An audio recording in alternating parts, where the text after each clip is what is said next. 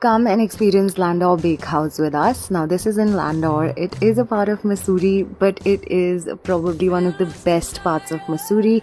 So early morning, we got out, we got dressed, walked down to the bakehouse, and the views were just to die for. The air was clean. You can feel that air in your lungs. And once you get here, we've never waited for seating.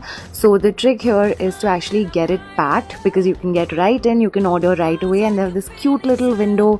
They'll hand you your order from that window, and you have to try their carrot cake.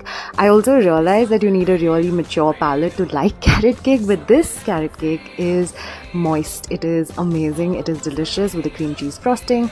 The brownie was fudgy. It was good. The cheesecake cup was just plain cream, so no, don't get this. Also, a lot of dogs around, a lot of monkeys around, so be careful about that. This was a loon and cheese roll, and that was so good. The muffin was good too, and the vibes were just on fire.